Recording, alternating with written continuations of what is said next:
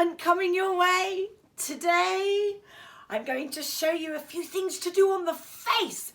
Now, if you think about it, the face is the very first place where stress shows, the very first place. So, when you work on the face, this is Charles. He's got a sling, by the way, because he had a little skateboarding accident, didn't you, Charles?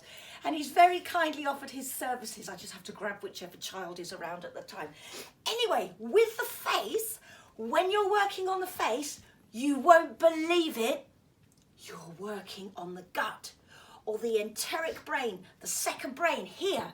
So, if I get a child who is really anxious, super anxious, and won't let me anywhere near their back, I get them to lie back on a cushion or lie down on my massage couch or on a beanbag, and I will do their face, because that way I'm actually working on their gut.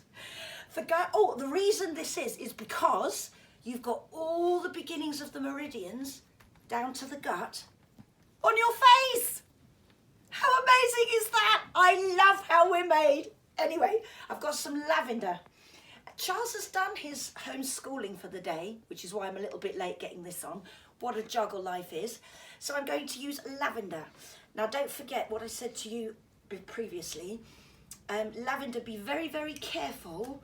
If somebody has epilepsy, don't use it. I have a whole range of beautiful oils, and so I will very often get the kids who I work with, or whoever I work with, to smell them and choose their oil first. If Charles hadn't done his homeschooling, lovely shiny boy that he is, he's done it already. He loves being on film with his mum. I would use lavender high alpine, or high altitude, or as one of my kids once called it, lavender high attitude, which is what I've called it ever since. The reason being, it will relax and ease everything, but it will spruce up the brain and give you clear thinking. So, that smells gorgeous. So we're going to relax. So the face, there's lots of things you can do on the face. I'm just going to show you a couple, and this will really help. So the first thing to think of is the forehead, the frontal lobe, the forehead. We give these things all these titles. Now the forehead, if you imagine a plane, the frontal lobe is the conductor of the brain. It contains all the higher brain functions. And what I mean by that are things like motivation, focus, concentration, forward thinking, organisation, good judgment, seeing consequences, self-awareness. The list is endless. It's just a miracle how we're put together. I could just, the more I learn, the more amazed I am. Anyway, so you've got the person sitting down. If they're lying down and they can't get up for some reason, or they're incapacitated, you don't even need to worry. You can do this lying down. You can adapt it. Everything I show you, everything you can adapt. So the child is always in control. So I'm supporting the back of Charles' head, and I'm going with my 3 middle fingers from temple to temple. And you do it really mindfully. I'm speeding it up slightly because otherwise the social media won't let me post too long a video, which is a shame. But I found a way around that. You're going to hear about that later this week. Now here, this is really important, this bit. So if you imagine you had a big third eye there, this is where you can stimulate melatonin.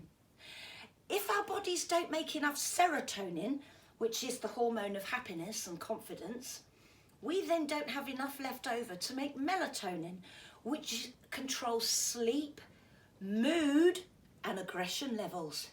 So if you've got someone who's really grumpy, give them a good go there. Not hard, just spend more time there. It will help with sleep, mood, and aggression. And all naturally. If you think about it, a lot of sleeping tablets are made from chemicals that stimulate melatonin. The same as a lot of antidepressants are made from drugs that stimulate serotonin. So, by the way, I'm not talking anyone out of any medication, because I'm not allowed to do that. And I wouldn't anyway, because I wouldn't be so arrogant. But this is a nice natural way to stimulate everything. And the reason I go from temple to temple is because, as you know by now, the temples are the capital city of the happy hormones, oxytocin, serotonin, endorphins and dopamine. It's all there because there's 3 of them are stored in the pituitary, and dopamine travels up the sides of the head and is stored there too. So in massage, you stimulate that naturally by massaging the temples. So you're going all over the head, up and down, and you do it really, really slowly and mindfully. And it's gentle but firm. If you're contorting their face into all sorts of weird positions, you're doing it a bit too hard. So it's gentle but firm, and you're stimulating all those higher brain functions. So for kids with ADHD, executive function disorder, I don't like the word disorder, that's horrible, I didn't give it that title, ADD, or even if you're just, you know, just trying to cope with everything out there and organise yourselves through this period of self-isolation. I had to do it on myself this morning, try and get stimulated, get it all going ready, because I've got loads of paperwork to do this afternoon. So you do that, and then the second one I'm going to show you is middle finger pressure again, because don't forget, these are too invasive and these are rubbish. So I'm not going to put my middle fingers up at you because I look a bit rude. So you're starting here. And that is a concentration point. How many times have you been trying to think of something, or you're a bit tired and you go, oh, what was it again? Your body knows that's your concentration point. So you're just gently, gently, gently rotating. And I pull as well, because that lovely dragging and pulling is bliss, absolute bliss. And if you've combined it with these delicious smells, it's even lovelier. So there we are. And you're going out, guess where to?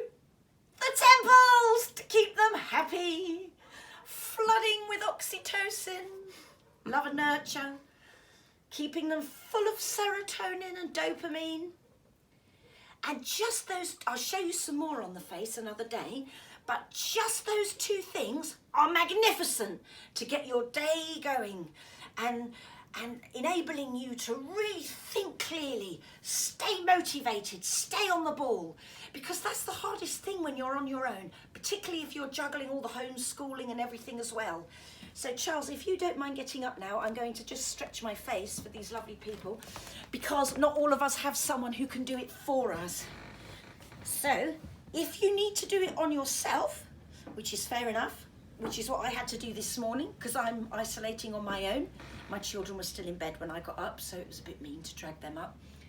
So I just go from 3 fingers again. I'll lift my fringe up. It's okay, I've plucked my eyebrows. I haven't got a massive unibrow. And you just very gently massage all up and down, all the way across, from temple to temple. And if you haven't slept very well, do a bit extra there for the melatonin, sleep, mood and aggression. I could do with a bit more sleep. My brain is so creative all the time. It doesn't stop. I'm amazed my neighbours haven't complained about the noise my brain makes even when I'm sleeping. And then I can go above my eyes like this. But you're on the eyebrow, you're not halfway up the head, because you've done that bit.